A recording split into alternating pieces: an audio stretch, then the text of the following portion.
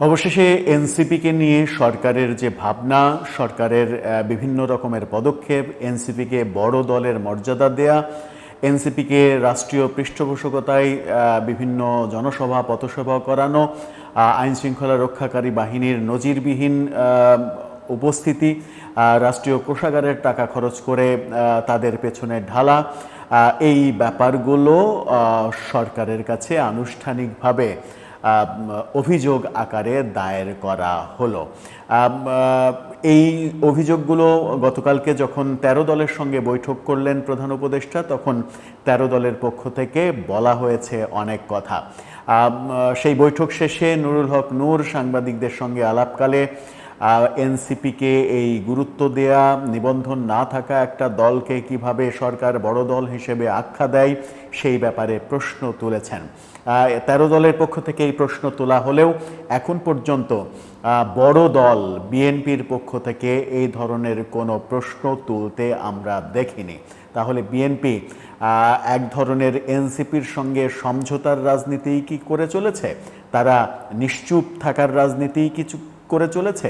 অনেকে বলছেন যে বিএনপি যে কোনোভাবে এনসিপির সঙ্গে দূরত্ব তৈরি না করে তাদের সঙ্গে একটা সখ্যতা রেখে যে কোনো মূল্যে নির্বাচন অনুষ্ঠানের দিকে যেতে চাই, যেন নির্বাচনটা করে তারা ক্ষমতায় যেতে চাই। তাই এনসিপিকে নাড়ানাড়ির মধ্যে তারা যাচ্ছে না। ব্যাপারটা কি সেটাই আলোচনা করে দেখার চেষ্টা করবে এই ভিডিওতে। থাকবেন পলিটিক্স টিভির নিয়মিত আয়োজনে।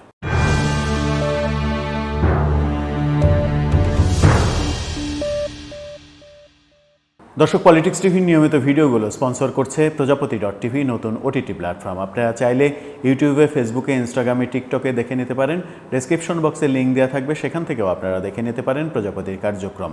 চলে যাচ্ছি মূল ভিডিওতে। বলছিলাম, সরকার এনসিপিকে যেভাবে পৃষ্ঠপোষকতা দিচ্ছে, এনসিপিকে যেভাবে বড় দল হিসেবে ট্রিটমেন্ট দিচ্ছে, তৃতীয় বৃহত্তম দল হিসেবে এক ধরনের স্বীকৃতি দিয়ে দিয়েছে এবং রাষ্ট্রীয় পৃষ্ঠপোষকতায় তাদের সারা দেশে সমাবেশ করানো হচ্ছে, রাষ্ট্রের অর্থ খরচ হচ্ছে তাতে, এরকম ব্যাপারগুলো অবশেষে রাজনৈতিকভাবে অভিযোগ আকারে সরকারকে বলা হলো। গতকালকে ১৩ দলের সঙ্গে বৈঠকে ১৩ দলের বেশিরভাগ দলই এই অভিযোগগুলো করেছেন।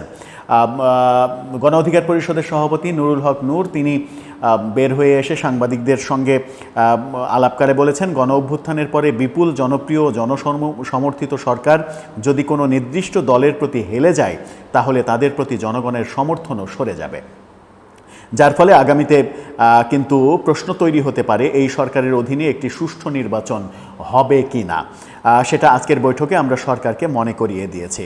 বলেছেন, বিএনপি রাষ্ট্র ক্ষমতায় ছিল, এখনও রাজনৈতিক মাঠে তাদের শক্ত একটা অবস্থান আছে। বিএনপির মতো একটা বড় দলের সঙ্গে সরকার আলাদাভাবে আলাপ করতেই পারে, সেটা খুবই স্বাভাবিক। কিন্তু 4টা দলকে কোন ক্রাইটেরিয়ায় তারা বড় দল হিসেবে ট্রিটমেন্ট দেয়? গতকাল রাতের বৈঠকে ডাকা 4টা দলের মধ্যে তো একটা দলের নিবন্ধনই নাই, সদ্য গঠিত। এই অভিযোগটা আজকের বৈঠকে সব দলের নেতারাই উপস্থাপন করেছেন। আমরা চাই অন্তর্বর্তীকালীন সরকারের পক্ষ থেকে একটা নিরপেক্ষ আচরণ এবং এই গণ অভ্যুত্থানের অংশীজনদের যথার্থ মূল্যায়ন। অর্থাৎ তিনি বলতে চেয়েছেন যে দলের নিবন্ধনই নেই, যে দলের জন্ম কদিন আগে হলো, এখন পর্যন্ত নিবন্ধন পায়নি, সেই দলকে সরকার বড় দল হিসেবে ট্রিট করছে কিভাবে। অন্য দলগুলোর পক্ষ থেকেও এই কথা বলা হয়েছে যে এখানে বড় দল ছোট দল আলাদা করার জন্যই ক্ষোভ প্রকাশ করেছেন কেউ কেউ।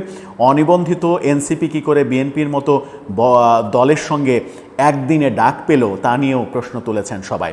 বৈঠকে দলগুলো অন্তর্বর্তীকালীন সরকারের দুর্বলতা নিয়ে তাদের উদ্বেগের কথা তুলে ধরেছেন। সরকার কেবল সংকটে পড়লেই তাদের ডাকে, এমন কথাও তারা বলেছেন। একটি দলের প্রতি সরকারের পক্ষপাতমূলক আচরণ, বিচার ও নির্বাচন সংস্কারের ধীরগতি এবং সাম্প্রতিক ঘটনাবলী যেমন গোপালগঞ্জ ও মাইলস্টোনের ঘটনা নিয়ে তারা প্রশ্ন তুলেছেন। দলগুলো জাতীয় ঐক্য বজায় রাখা, একটি নিরপেক্ষ নির্বাচন আয়োজন, দুর্নীতি দমন এবং সুশাসন নিশ্চিত করার ওপরে জোর দিয়েছেন। সেখানেই যে আলোচনা হয়েছে সেই আলোচনার প্রেক্ষিতেই বলা যায় যে এই 13 দলের পক্ষ থেকে যখন এটা জানানো হলো তখন আমরা দেখেছি যে এই ব্যাপারে বিএনপি একেবারে নিশ্চুপ। এনসিপিকে সরকার একেবারেই প্রকাশ্যে আলাদাভাবে ট্রিট করছে, আলাদাভাবে তাদেরকে সেবা শুশ্রূষা করছে, রাষ্ট্রীয় সমস্ত প্রোটোকল তাদের উপরে ব্যবহার করা হচ্ছে, রাষ্ট্রের অর্থ খরচ হচ্ছে এবং প্রধান উপদেষ্টার সঙ্গে যে বৈঠকে 4 দল প্রথমে অংশ নিল সেখানে সরকারের পক্ষ থেকে বলা হলো যে 4টি বৃহৎ দলের সঙ্গে আমরা বৈঠক করেছি। 3 নম্বরে এনসিপির নাম বলা হলো। এনসিপি এবং ইসলামী আন্দোলন কিভাবে বৃহৎ দল হলো সরকারের কাছে সেই প্রশ্নটা জেগেছিল, কিন্তু বিএনপিকে এই ব্যাপারে কোনো কথা কখনোই বলতে শোনা যায়নি। এই কারণেই বিএনপি সম্পর্কে অনেকেই বলেন যে বিএনপি আপাতত এনসিপির সঙ্গে কোনো ধরনের ঝামেলায় যেতে চায় না। এনসিপি যেহেতু সরকারের আশীর্বাদপুষ্ট সেই কারণেই একটা সমঝোতামূলক পরিবেশ তো বজায় রেখে মূলত তারা নির্বাচনের দিকে যেতে চায় এবং নির্বাচনে যেহেতু তারা নিশ্চিত জয়ী হবে এটা ভেবেই নিয়েছে, সেই কারণে তারা নির্বাচনে জয়ী হয়ে সরকার গঠনের দিকে বেশি মনোযোগী। আবার এই ধরে নেওয়া তারা যখন ধরে নিচ্ছে তখন এনসিপি নেতারা পাটোয়ারি সহ অনেক নেতাই কিন্তু প্রকাশ্যে গণমাধ্যমে টক শোতে বলছেন আগামী নির্বাচনে বিএনপি 50টা আসনও পাবে না। এরকম অবস্থায় প্রশ্ন তো জাগেই যে আগামী নির্বাচন যদি বিএনপি 50টা আসন পায় তাহলে বাকি 200-250 বাকি 250 আসন কারা পাবে? সেগুলোকে এনসিপি পাবে? এনসিপি কিভাবে পাবে? যে দলটা এখন পর্যন্ত প্রতিটা জেলায় অফিস পর্যন্ত করতে পারেনি সেই দল কিভাবে আগামী নির্বাচনে এত আসন পাবে? যেখানে সবাই বলছেন যে এনসিপি নেতারা এককভাবে নির্বাচন করলে সব আসনে জামানত হারিয়ে ফেলবেন, সেখানে এই ধরনের আলোচনাতেও কি বিএনপির টনক নড়ছে না? এমন প্রশ্নও করছে অনেকে। তারা কি বুঝতে পারছে না যে আগামী নির্বাচনে প্রভাব বিস্তার করা হতে পারে সরকারের পক্ষ থেকে এনসিপির জন্য? এই ব্যাপারগুলো রাজনীতিতে নানাভাবে আলোচনা হচ্ছে, কিন্তু সবথেকে গুরুত্বপূর্ণ যে বিষয়টা সেটা হচ্ছে যে সরকার যে প্রকাশ্যে এনসিপিকে বড় দল হিসেবে ট্রিটমেন্ট দিচ্ছে এটা সরকারের নিরপেক্ষতা নিয়ে প্রশ্ন জাগিয়েছে। শুধু সেটাই না, শুধু রাজনৈতিক ব্যাপারই না, রাজনৈতিক ব্যাপার যদি আসে তাহলে আমরা গতকালকে প্রথম আলোর বৈঠকে গোল টেবিল বৈঠকে দেখেছি দেবপ্রিয় ভট্টাচার্য সহ যারা উপস্থিত ছিলেন তারা সবাই সরকার নিরপেক্ষতা হারিয়েছে এই কথা জানিয়েছেন। আবার সবথেকে গুরুত্বপূর্ণ যে আলোচনাটা সেটা হচ্ছে যে কোনো বৈঠকেই বৈষম্য বিরোধী আন্দোলনের স্টেক হোল্ডার হিসেবে এনসিপিকে ধরে নেওয়া হয়, কিন্তু প্রকৃত অর্থে কোনটা হওয়ার কথা? বৈষম্য বিরোধী আন্দোলনকে গুরুত্ব দেওয়ার কথা, সব থেকে বেশি গুরুত্ব দেওয়ার কথা তাদেরকে, যেহেতু বৈষম্য বিরোধী আন্দোলন তারা জুলাই আগস্টের যে অভ্যুত্থান সেই অভ্যুত্থানে নেতৃত্ব দিয়েছে। কিন্তু এনসিপি তো আর রাজনৈতিক দল গঠনের পরে বৈষম্য বিরোধী আন্দোলনের স্টেক হোল্ডার নাই এবং বৈষম্য বিরোধী আন্দোলনের নামে কোনো প্ল্যাটফর্ম আর থাকবে না এমন ঘোষণাও এনসিপির পক্ষ থেকে দেয়া হয়েছিল, কিন্তু এখনও সেই প্ল্যাটফর্মটা আছে।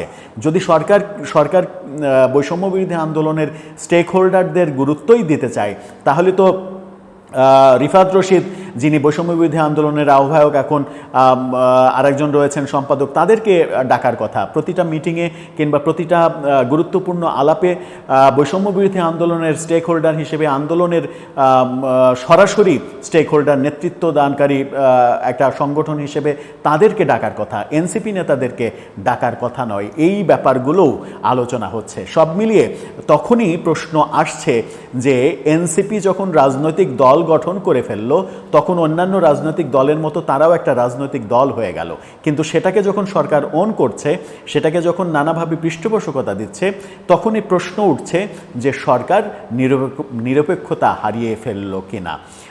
দর্শক, আপনার কি মনে হয় শেষ পর্যন্ত এই যে প্রশ্ন উঠল, এই প্রশ্নের এবং সরকারের কাছে অভিযোগ জানালো রাজনৈতিক দলগুলো, এর পরিপ্রেক্ষিতে সরকারের আচরণে কি কোনো পরিবর্তন আসবে? আপনার মতামত জানিয়ে লিখতে পারেন আমাদের কমেন্ট বক্সে।